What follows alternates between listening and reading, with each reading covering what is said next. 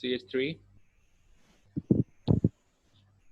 Bond CH, हम्म bond CH2Cl, CH2Cl और इसके साथ OH लगा हुआ है। जी। और ये हमने बनाना किस चीज़ से? प्रोपेनॉल, प्रोपेनॉल वन कौन सी? प्रोपेनॉल, हाँ, वन प्रोपेनॉल।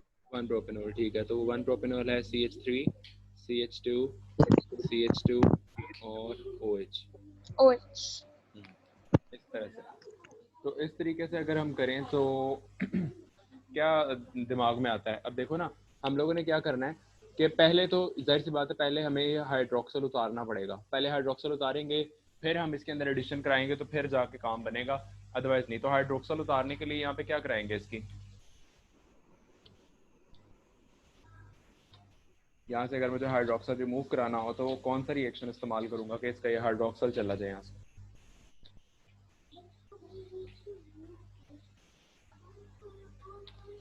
अच्छा,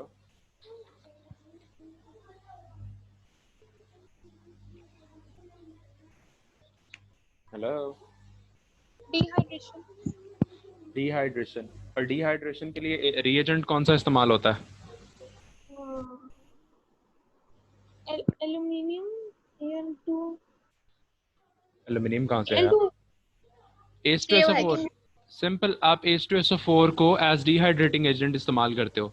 CH3 लेकिन वो Al2, मतलब ये भी तो ले सकते हैं ना वैसे, कौन सा वाला? Al2O3। यस, एल्यूमिनियम का ऑक्साइड भी इस्तेमाल हो सकता है, फास्फोरस का ऑक्साइड भी इस्तेमाल हो सकता है, सल्फ्यूरिक एसिड भी इस्तेमाल हो सकता है। ये सारे डिहाइड्रेटिंग एजेंट है, आपने कोई भी यहाँ पे लिख देना है। तो CH2 और आगे OH, इसका मैं H2SO4 में लिख देता हूँ यहाँ पे ब्रैकेट के ऊपर। इसका मतलब मैंने एज ए कैटलिस्ट H2SO4 को इस्तेमाल किया है। तो यहाँ से हाइड्रोक्सल निकल जाएगा, यहाँ से हाइड्रोजन निकल जाएगा, और बॉन्ड दरमियान में डबल हो जाएगी। तो it will be CH3 CH bond CH2। ठीक है, तो ये इस तरह से ये हमारे पास बन जाएगा। अब ये हमारे पास बन गया अल्कीन। अब इस अल्कीन के अंदर हम लोगों ने OH भी लगाना है और क्लोरीन भी लगाना है। तो OH और क्लोरीन किसी एक कंपाउंड में इकट्ठा मिलता है हमें बच्चों?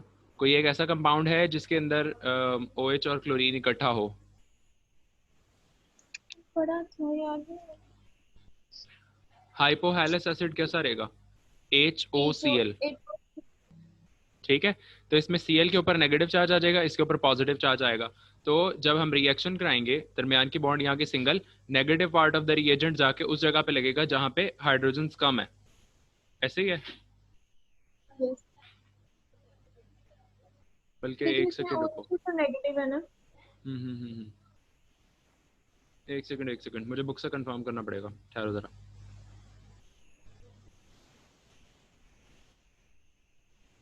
HOCl इस ऑर्डर में किस तरह से रिएक्ट कर सकता है फिर?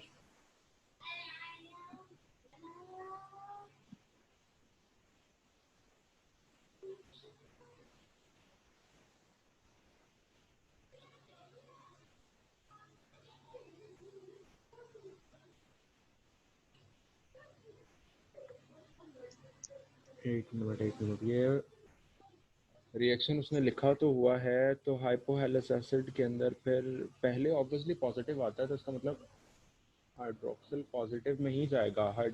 हाइड्रोक्सिल पॉजिटिव में कैसे जा सकता है?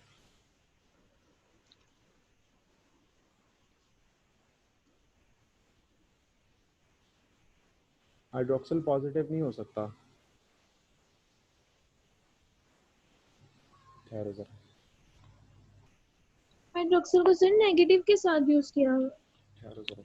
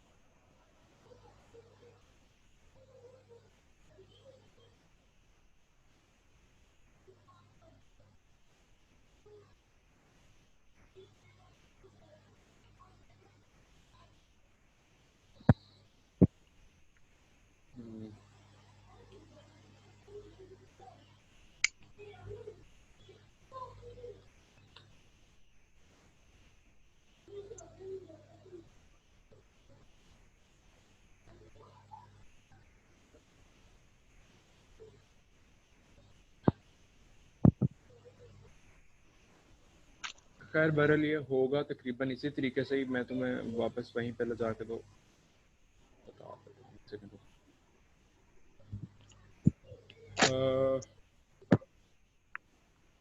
देखो मुझे दो चीज़ें तंग कर रही हैं। एक तो वो हमारी कन्वेंशन है कि हम लोग पॉजिटिव पार्ट को पहले लिखते हैं और नेगेटिव पार्ट को बाद में लिखते हैं।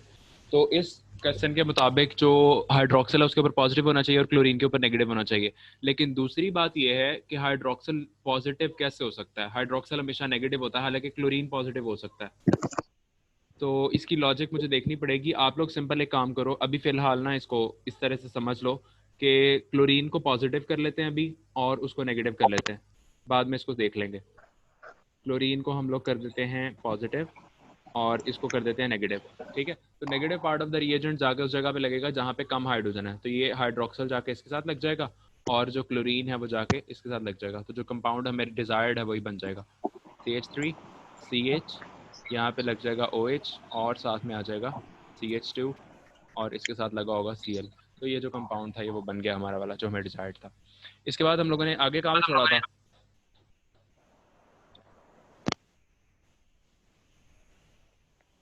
बच्चों आगे क्वेश्चंस हो गए थे? Yes sir. कहाँ पे पहुंचे थे हम लोग?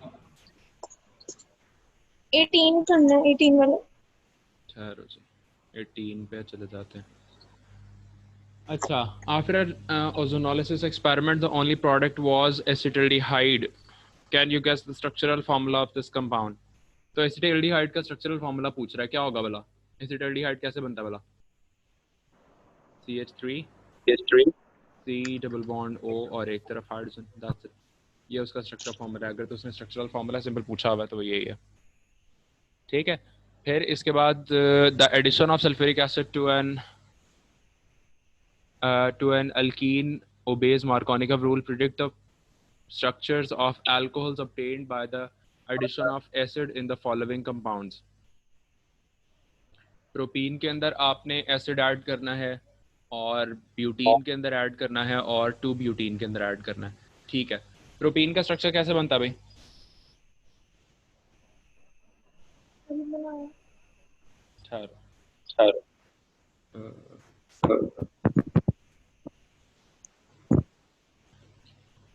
मुझे कंपाउंड बताते जाना। पहला कंपाउंड उसने बताया प्रोपीन, इसके ऊपर आपने एसिड ऐड करना है। दूसरा कौन सा है बच्चों? क्वेश्चन में दूसरा कौन सा कंपाउंड दिया हुआ है? चलो बाद में करते हैं, पहले अब इसको देख लो। प्रोपीन जो है प्रोपीन का स्ट्रक्चर क्या है? CH3 CH double bond CH2, ये हो गई हमारे पास प्रोपीन। इसके अंदर आपने एसिड ऐड करना है, तो एसिड के लिए आप HCl ले लो। सल्फ्यूरिक एसिड अगर आप ऐड करते हो तो वो ज़्यादा लाइक प्रॉब्लम में बात चली जाएगी। उससे ज़्यादा बेहतर यही है कि आप HCl सिंपल ऐड कर दो। जब HCl ऐड करोगे तो क्लोरीन के ऊपर नेगेटिव चार्ज और हाइड्रोजन के ऊपर पॉजिटिव चार्ज ऑब्वियसली। तो negative part of the reagent जाके कहाँ पे लगता है बच्चों? जहाँ जिस कार्बन के पास हाइड्रोजन कम होता है। कम होंगे तो A पे जाके लगेगा, B पे जाके लगेगा या C पे जाके लगेगा? ए। ऑब्वियसली A पे। तो ये जो क्लोरीन है ये क्लोरीन जाके इसके साथ लग जाएगा, जो हाइड्रोजन है वो जाहिर सी बात है B के साथ लगेगा, बॉन्ड यहाँ पे सिंगल हो जाएगी। तो जो कंपाउंड हमारे पास बनेगा दैट विल बी CH3 और CH और यहाँ पे क्लोरीन आके लग जाएगा और साथ में हमारे पास आ जाएगा CH3। तो ये हमारे पास कंपाउंड बन जाएगा। ठीक है, यहाँ की आवाज बहुत स्लो आ रही है। स्लो आ रही है? सही नहीं आ रही आज आपकी आवाज। कैसे? तुम ये लोग देखो अपने... बीच में कट जाती है, पता नहीं हैंड फ्री लगाई हुई है। हाँ हैंड फ्री है, मतलब रोज जिस तरह से होती है। तो फिर से लगाओ, ऐसे ऐसे बोलना है ना। हाँ कुछ बेहतर हुई, कोई नहीं। जी हो गई। चलो सही है, ठीक है। अच्छा, इसके बाद अगला वाला कंपाउंड कौन सा दिया हुआ है नेक्स्ट? 1 ब्यूटीन। 1 ब्यूटीन। समाविया कहाँ है आज? पता नहीं, CH मुझे खुद डबल बॉन्ड CH2, ये है हमारे पास ब्यूटीन, 1 ब्यूटीन। ठीक है, 1 ब्यूटीन के अंदर जब हम HCl ऐड करेंगे, HCl ही ऐड करना है, तो क्या बनेगा? बता, ला बताओ बेटा। क्लोरीन कहाँ पे लगाऊंगा? A पे, बी पे, सी वाले पे या डी वाले पे? क्लोरीन कहाँ पे जाके लगेगी?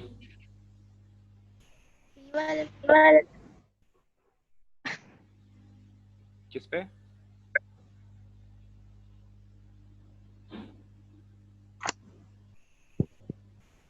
मुताल क्लोरीन किसके साथ लगेगी जाके भला? सी पे, क्योंकि सी के पास कम हाइड्रोजन है, तो इसका मतलब है ये क्लोरीन को उठा के हम सी पे लगा देंगे, हाइड्रोजन को उठा के हम डी पे लगाएंगे और ये बॉन्ड टूट जाएगी इस तरह से। तो बनेगा क्या हमारे पास? CH3 CH2 CH और यहाँ पे लगी हुई है क्लोरीन और यहाँ पे बॉन्ड CH3। ठीक है, नेक्स्ट कंपाउंड क्या है? 2-ब्यूटीन। 2-ब्यूटीन। अब 2-ब्यूटीन का तुम लोग खुद कर लेना, मैं स्ट्रक्चर बना के दे देता हूँ, लेकिन वो भी अवलन तुम्हें खुद बनाना चाहिए था वैसे। CH3 CH double bond CH bond CH3, ये है 2-ब्यूटीन। अब इसके अंदर आपने लगाना है HCl ऐड कर दो इसके अंदर। ठीक है, तो HCl ऐड करोगे तो HCl आपने इसके अंदर ऐड कर देना। अब HCl जब ऐड करोगे तो अब नेगेटिव पार्ट कहाँ पे जाके लगेगा? A के साथ लगेगा, B के साथ लगेगा, C के साथ या D के साथ?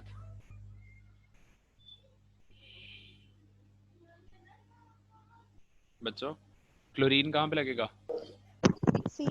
बी के साथ लगेगा क्योंकि सभी हाइड्रोजन कम है और सी के साथ, सी के पास भी कम है हाइड्रोजन। मार्कोनी का रूल कौन सुनाएगा? जिसमें डबल बॉन्ड से पहले हाइड्रोजन कम होते हैं कार्बन के पास। मार्कोनी का रूल की स्टार्ट ये है कि एसिमेट्रिकल अल्कीन लेते हैं, तो ये तो सिमेट्रिकल अल्कीन है, तो सिमेट्रिकल में जो आप जहां मर्जी लगा सकते हो। इसका मतलब क्लोरीन आप बी के साथ भी लगा सकते हो और सी के साथ भी लगा सकते हो, कोई फर्क नहीं पड़ेगा। तो हमारे पास जो स्ट्रक्चर बनेगा that will be CH3 CH, यहाँ पे लेट्स से मैंने क्लोरीन लगा दिया है, फिर आगे CH है, ये CH2 हो जाएगा और आगे CH3 हो जाएगा। तो कोई भी स्ट्रक्चर इसके अंदर बन सकता है, या ये भी हो सकता था यहाँ पे मैं CH2 कर दूं और यहाँ पे मैं क्लोरीन कर दूं, इस तरह से। तो इस तरह से भी हो सकता है, दोनों पॉसिबिलिटीज आपके पास हैं, क्योंकि ये एक सिमेट्रिकल अल्कीन है। तो सिमेट्रिकल अल्कीन के ऊपर मार्कोनी रूल लगाने की जरूरत नहीं होती, तो आप इसको यहाँ पे भी अटैच करा सकते हो, तो कोई दिक्कत वाली बात नहीं है इसमें। ठीक है, नेक्स्ट क्वेश्चन अगर हमारे पास मैं अगर बुक पे देखूं,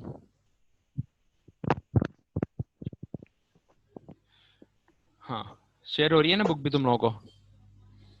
इसी का B part, predict most likely product of addition of hydrogen chloride to 2-methyl 2-butene, explain formation of this product। ठीक है, एडिशन करनी है हाइड्रोजन क्लोराइड की HCl की 2-methyl 2-butene पे।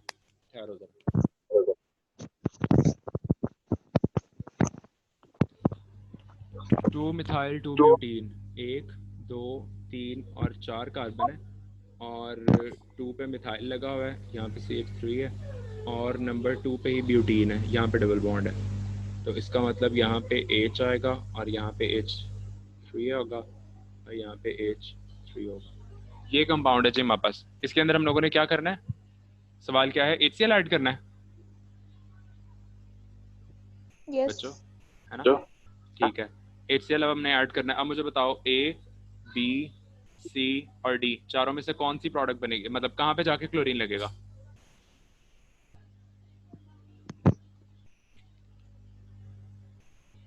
बच्चों क्लोरीन कहाँ पे जाके लगेगा?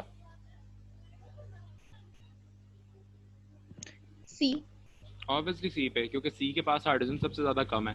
तो हमारे पास जो स्ट्रक्चर बनेगा that will be CH3 CH2 bond C और यहाँ पे जाके लगेगा Cl, यहाँ पे लगा हुआ है CH3 और आगे भी होगा CH3। तो ये कंपाउंड वापस बन जाएगा। ठीक है, नेक्स्ट आगे हमारे पास जो क्वेश्चन है that is describe the methods of preparation of ethyne, how does ethyne react with. Methods of preparation of ethyne तो सिंपल है ना, आपने पीछे से डायरेक्ट एज इट इज वहां पे जितने भी मेथड्स लिखे हुए हैं, आप जितने लिखना चाहते हो वो आपने लिख लेने हैं। और फिर how does ethyne react with hydrogen, hydrogen से इथाइन रिएक्ट करके क्या बनाएगी बच्चों? ये तो अब जुबानी बताना चाहिए तुम लोगों को। मतलब ये वो बनेगा इथेन। हाँ जाहिर सी बात है, इथीन बन जाएगा और इथीन से वापस इथेन बन जाएगी, ठीक है ना। तो पहला तो सिंपल है, hydrogen acid, sorry halogen acid, मतलब HCl या कुछ भी, उसका आपने रिएक्शन लिख देना है। KMnO4 वाला बायस टेस्ट आ जाएगा इसके अंदर। फिर H2SO4 in the presence of HgSO4, इसके अंदर इसकी ऑक्सीडेशन हो जाती है। और अमोनिकल कॉपर्स क्लोराइड, ये जो लास्ट आपने रिएक्शन उसका पढ़ा हुआ है ना, वो एसिडिक नेचर वाला, वो वाला आपने कर लेना है। तो ये 4-5 इसके सिंपल से रिएक्शंस हैं, वो आपने देख लेना है इसमें, ठीक है। ये जो 20 वाला क्वेश्चन है इसका क्या करना है? 20, ओह 20 मैंने देखा ही नहीं। Why are some hydrocarbons called saturated and others unsaturated? What type of reactions are characteristics for them? अच्छा, ठीक है, ये मैं तुम लोगों को इसका आंसर वैसे डिक्टेट करा देता हूँ, इसको एक्सप्लेन कर लेना खुद ही। देखो, सैचुरेटेड हाइड्रोकार्बन कौन से हैं, कौन बताएगा, किसी को पता है बच्चों? सैचुरेटेड कौन से हैं? सैचुरेटेड वो जो रूम टेम्परेचर पे मेल्ट लिक्विड इसी हद तक ठीक है, लेकिन तुम लिपिड्स बता रही हो, कोई सही वाला मुझे इसका आंसर दो, सैचुरेटेड क्या होते हैं? कार्बन एटम जिसमें फुली सेटिस्फाइड होता है। कार्बन एटम तो सब में फुली सेटिस्फाइड होता है। हमने हमेशा इनकी कैरेक्टरिस्टिक्स ही पढ़ी है, हमने कभी प्रॉपर डेफिनेशन तो कोई नहीं पढ़ी। ये क्या बात हुई, प्रॉपर डेफिनेशन? सिंपल डेफिनेशन है इसकी, देखो, खैर सुन लो। सैचुरेटेड हाइड्रोकार्बन एक ऐसा हाइड्रोकार्बन है जिसके अंदर सारी सिंगल बॉन्ड्स होंगी, और अनसैचुरेटेड वो है जिसके अंदर डबल या ट्रिपल बॉन्ड होगी। तो सैचुरेटेड में सिंगल बॉन्ड, और जब आप अनसैचुरेटेड देखोगे तो अनसैचुरेटेड में या तो डबल बॉन्ड आएगी या फिर ट्रिपल बॉन्ड आएगी, ठीक है। तो इसका मतलब ये है कि सारी की सारी अल्कीन्स और अल्काइंस जो हैं वो अनसैचुरेटेड हैं, और जो आपके पास अल्केन्स हैं वो क्या है जी, वो हैं सैचुरेटेड। समझ आ गई? तो what type of reactions are characteristic of them, वो कहता है आप कैसे पहचानोगे कि कोई कंपाउंड सैचुरेटेड है या अनसैचुरेटेड है। कोई टेस्ट ऐसा पढ़ा हुआ है हमने जो कि अल्कीन्स नहीं देती, जबकि सॉरी अल्केन्स नहीं देती, अल्कीन्स और अल्काइंस देती हैं? कौन सा ऐसा टेस्ट था? एक टेस्ट हमने पढ़ा है जो डिस्टिंग्विश करता है between saturated and unsaturated hydrocarbon. बहुत इजी और बहुत सिंपल टेस्ट।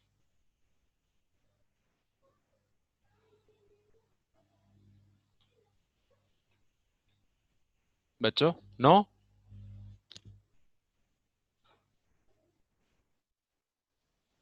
मैं तुम्हें थोड़ा सा बताऊं।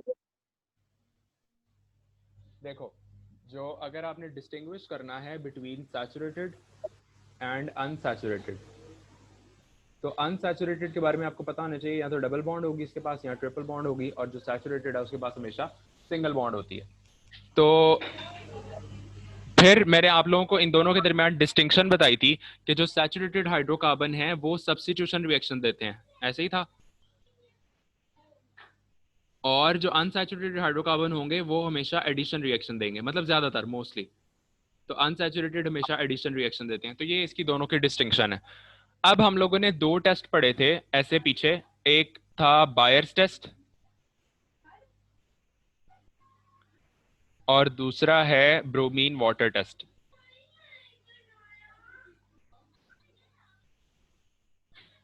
बायर्स टेस्ट कौन बताएगा क्या होता है? किसी को याद है बायर्स टेस्ट?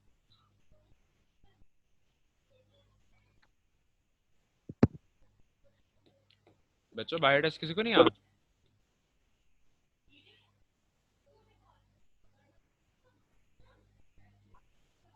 यार मैं तुम्हें दिखा देता हूँ। जो आपके पास टेस्ट है ना जिसके अंदर आपने KMnO4 वाला जो रिएक्शन पढ़ा हुआ है, वो KMnO4 वाला टेस्ट बायर्स टेस्ट ही है। मैं तुम्हें दिखा देता हूँ यहाँ पे,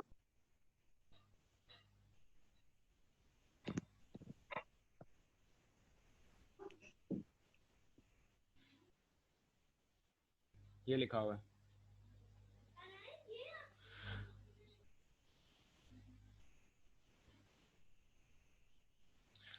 ये देखो, आपने क्या करना है, KMnO4 सॉल्यूशन यानी कि बायर्स रिएजेंट उसके अंदर डालना है, तो उससे फिर जो डबल बॉन्ड है वो उसकी टूट जाती है। तो फिर वो आपको बताता है कि ये देखो लिखा हुआ है, it is also test for the presence of unsaturation in the molecules. Molecules के अंदर अनसैचुरेशन को आइडेंटिफाई करता है कि ऐसे मॉलिक्यूल्स जिसके अंदर डबल या ट्रिपल बॉन्ड हो, उसको आइडेंटिफाई करने के लिए हम लोग बायर्स टेस्ट इस्तेमाल करते हैं, ठीक है। तो आपने लिख देना है कि बायर्स टेस्ट जो है वो डिस्टिंग्विश करता है अल्केन, अल्कीन और अल्काइन के अंदर। देखो KMnO4 जो है, KMnO4 का जो कलर है वो कोई तकरीबन पिंक कलर है, ये देखो लिखा हुआ है यहाँ पे। KMnO4 का कलर है पिंक, अगर ये रिएक्शन कर लेगा तो ये कलरलेस में कन्वर्ट हो जाएगा, और अगर ये रिएक्शन नहीं करेगा तो ऑब्वियसली पिंक रहेगा। इसका मतलब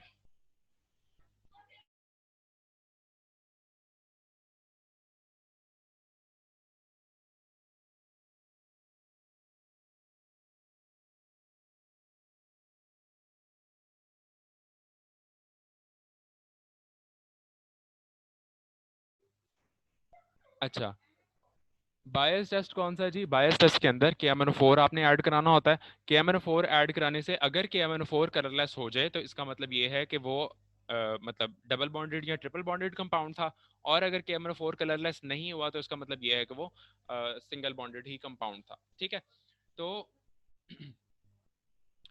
देखो बायस टेस्ट मैंने आपको एक्सप्लेन कर दिया कि अगर तो डबल बॉन्ड या ट्रिपल बॉन्डेड आवाज नहीं आ रही है आपकी, अभी भी नहीं आ रही? थोड़ा सा आप माइक करीब लाओ। माइक बहुत करीब है, मैं हाथ में पकड़ के बैठा हूँ। तो फिर क्यों नहीं आ रही? अपने सबको नहीं आ रही? कम आने Yes. लगा थोड़ी अब।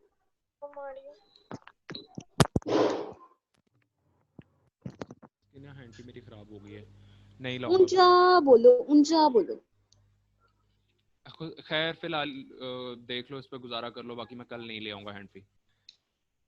अच्छा, डबल या ट्रिपल बॉन्ड है, इस डबल या ट्रिपल बॉन्ड के अंदर अगर मैं KMnO4 ऐड करता हूँ, KMnO4 अगर मैंने ऐड किया और KMnO4 जो है वो कलरलेस हो जाए, मतलब इसका आगे कोई कलर ना आए, लाइक KMnO4 जो है इसका पिंक कलर डिस्चार्ज हो जाए, तो इसका मतलब ये है कि ये डबल या ट्रिपल बॉन्ड थी। और अगर सिंगल बॉन्ड है और उसके अंदर मैंने KMnO4 ऐड कर दिया, सिंगल बॉन्ड के अंदर अगर मैं KMnO4 ऐड करूंगा तो KMnO4 ऐड करने से वो पिंक कलर का ही रहेगा, उसका कलर डिस्चार्ज नहीं होगा।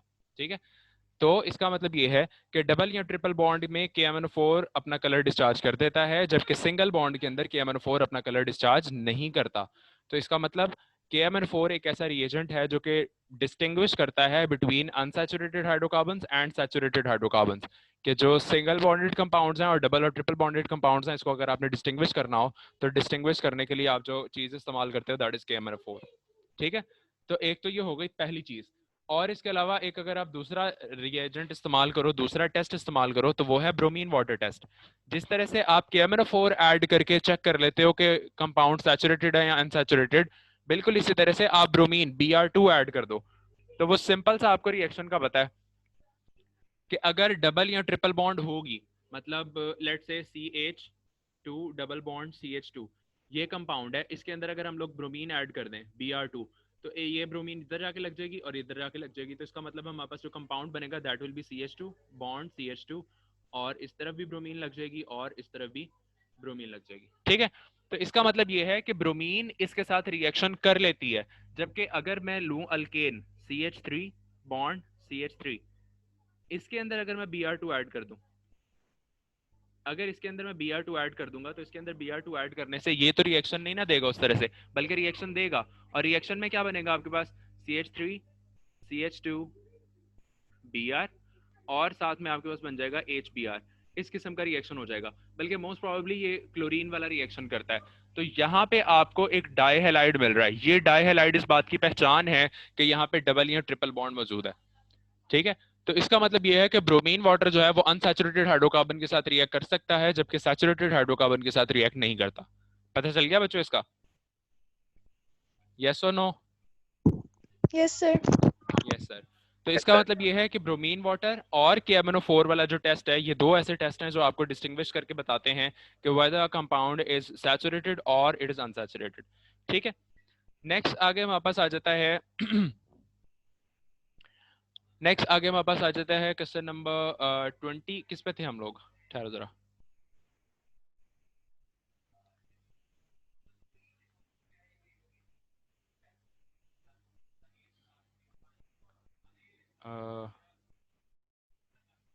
क्वेश्चन नंबर क्या था? 21 मैंने बता दिया। इसी तरीके से mention some important uses of methane, ethane and ethyne. तो ये सीधे सीधे पीछे यूजेस लिखे हुए हैं। मीथेन जो है गैस में इस्तेमाल, सॉरी घरों के अंदर इस्तेमाल होती है, क्लोरोफॉर्म वगैरह बनाने के लिए इस्तेमाल होती है, PVC वगैरह बनते हैं, और इस तरह के जितने भी यूजेस हैं वो आपने सारे लिख देने हैं। इथीन, इथाइन, एनेस्थेटिक्स हैं वगैरह। फिर question number 22, describe how could you distinguish ethene, ethane and ethyne from one another by means of chemical reaction. बताओ भाई, इन तीनों को डिस्टिंग्विश करने के लिए केमिकल रिएक्शन कैसे लिखोगे? कोई एक ऐसा रिएक्शन बताओ जो पहले इथीन, इथेन और इथीन इथाइन को सेपरेट कर दे। डिस्टिंग्विश करने के लिए कौन सा टेस्ट कराऊं सबसे पहले?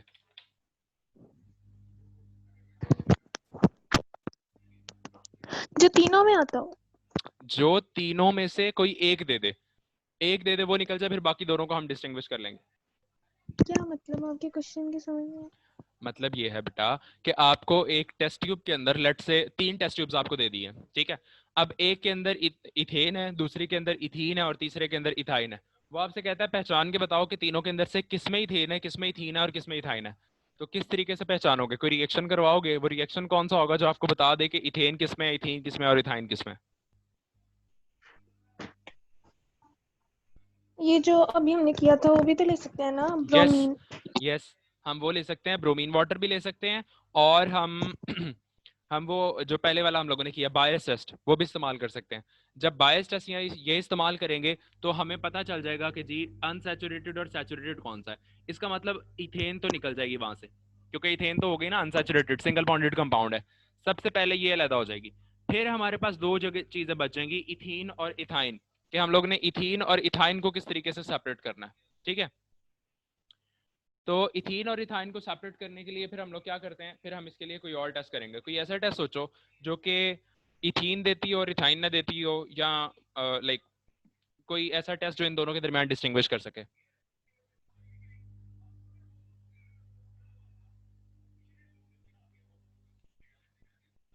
हाँ बच्चों, कोई रिएक्शन ज़हन में आता है जो इथाइन देती हो और इथीन ना देती हो, या इथीन देती हो और इथाइन ना देती हो? यही नहीं ले सकते हम, Br2 के साथ नहीं करवा सकते? नहीं ना बेटा, Br2 फिर इथीन भी दे देगा और इथाइन भी दे देगी। उसके अंदर दोनों के अंदर डबल और ट्रिपल बॉन्ड्स तो है ना, तो वो सिर्फ इस बात को डिस्टिंग्विश कर देगा कि जो इथेन निकल जाएगी उसमें से, इथीन और इथाइन को डिस्टिंग्विश करना बाकी रह जाएगा। इसको डिस्टिंग्विश करने के लिए आप वो वाले रिएक्शंस इस्तेमाल करो जो सिर्फ और सिर्फ इथाइन देती है। और हम लोगों ने पढ़ा हुआ है कि इथाइन की एसिडिक नेचर है, याद है? तो इथाइन की एसिडिक नेचर वाले जितने रिएक्शंस हैं वो सिर्फ और सिर्फ इथाइन देती है, इथीन नहीं देती। समझ आई कि नहीं आई? तो सबसे पहले अगर आपको डिस्टिंग्विश करना पड़ जाए इथेन, मैं बता रहा हूं दोबारा सुन लो, इथेन में, इथीन में और इथाइन में, इन 3 चीजों के अंदर अगर आपको डिस्टिंग्विश करना पड़ जाए कि इथेन को सेपरेट निकालो, इथीन को निकालो और इथाइन को निकालो, तो सबसे पहला जो टेस्ट आप इस्तेमाल करोगे वो आप इस्तेमाल करोगे, मैं बता रहा हूं, तो डिस्टिंग्विश इथेन, इथीन और इथाइन। तो सबसे पहले नंबर पे जो आपने टेस्ट करना है वो पहले नंबर पे आपने टेस्ट कर देना है बायर्स टेस्ट। बायर्स टेस्ट के अंदर जो इथेन है वो तो निकल जाएगी, आपको पता चल जाएगा इथेन कौन सी है, बाकी इथीन और इथाइन का पता लगाना बाकी रह जाएगा। तो दूसरे नंबर पे आप जो टेस्ट करोगे, दूसरे नंबर पे आप टेस्ट कर दो इसके अंदर वो वाले एसिडिक नेचर वाले।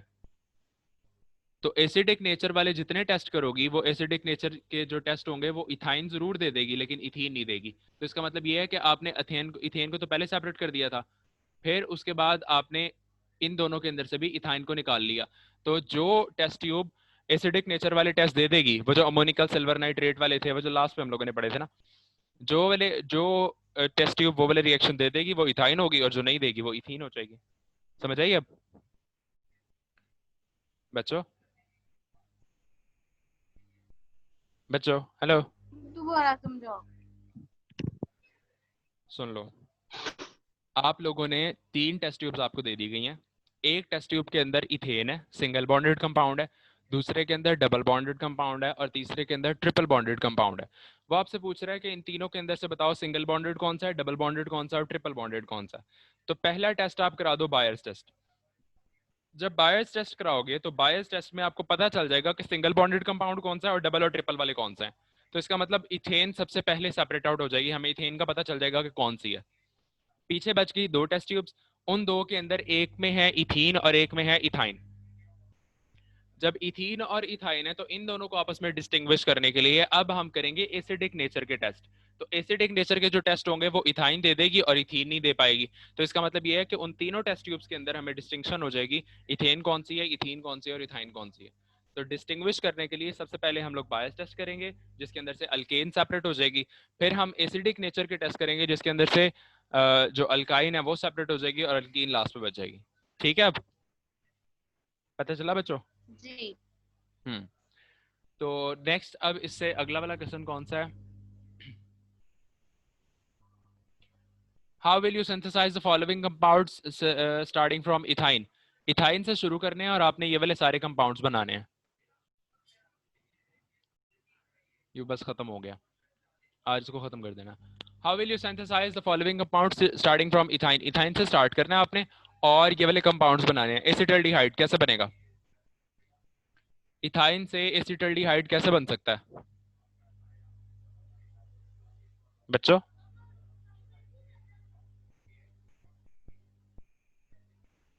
कोई रिएक्शन पड़ा है जिसके अंदर इथाइन से हम एसिटल्डिहाइड बना सकते हो?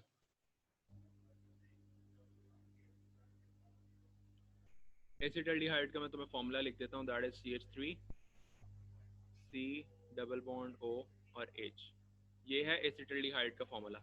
अब एसिटल्डिहाइड इथाइन से कैसे बनता है भला? कोई नहीं, सिंपल सा रिएक्शन पढ़ा हुआ है हमने एक। आप इसके अंदर सिंपल वाटर ऐड करा देते हो, CH ट्रिपल बॉन्ड CH, इसके अंदर आपने HOH वाटर ऐड करा दिया in the presence of H2SO4 and HgSO4। ठीक है, जैसे ही आपने इसको ऐड कराया तो एक तरफ हाइड्रोक्सिल लग जाएगा, एक तरफ हाइड्रोजन लग जाएगा। ये रिएक्शन हम लोगों ने पढ़ा हुआ है। तो ये बन जाएगा CH2 डबल बॉन्ड CH और सिंगल बॉन्ड और OH। याद है इसका नाम था विनाइल अल्कोहल। अब विनाइल अल्कोहल के अंदर होती थी टॉटोमेरिज्म। टॉटोमेरिज्म कौन बताएगा क्या है बच्चों? टॉटोमेरिज्म क्या चीज थी?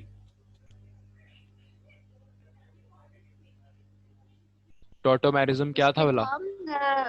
The shifting of proton within a molecule. Yes, एक ही मॉलिक्यूल के अंदर प्रोटॉन शिफ्ट हो जाया करता था। तो यहाँ से ये जो हाइड्रोजन है ये शिफ्ट होके यहाँ पे इसके पास चला जाएगा और ये वाली जो डबल बॉन्ड है ये शिफ्ट होके यहाँ पे आ जाएगी। तो टॉटोमेरिज्म के तहत हमारे पास जो चीज बनेगी that will be CH3 bond C, इस कार्बन के साथ आगे डबल बॉन्ड ऑक्सीजन और एक तरफ हाइड्रोजन। ठीक है, तो ये जो चीज है ये बन जाएगी हमारे पास एसिटल्डिहाइड। ये एज इट इज बुक में रिएक्शन लिखा हुआ है। ठीक है, बुक के अंदर जब आप इसका देखोगे ना H2SO4 और HgSO4 की प्रेजेंस के अंदर वाटर जो आप ऐड कराते हो तो ये सेम पूरा रिएक्शन आपको समझ आ जाएगी। ठीक है, नेक्स्ट आगे इससे इथाइन से क्या चीज बनानी है? दूसरा सवाल क्या है बच्चों? इथाइन से दूसरे में क्या बनाना है?